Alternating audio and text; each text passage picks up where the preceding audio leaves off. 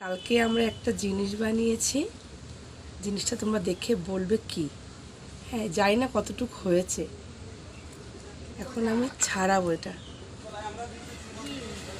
ডিমের খোসার মধ্যে জবা ফুল, গাঁদা ফুল ভরে এখন দেখবো এটা কি মানে রেডি হয়েছে কি না, কেমন হয়েছে দেখা যাক। ইন্টারেস্টিং জায়গা, দেখি কেমন হয়েছে।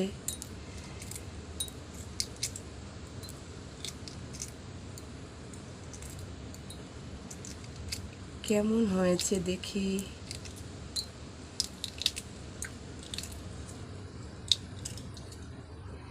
এই দেখো গাইস, দেখো কত সুন্দর হয়েছে, তাই না?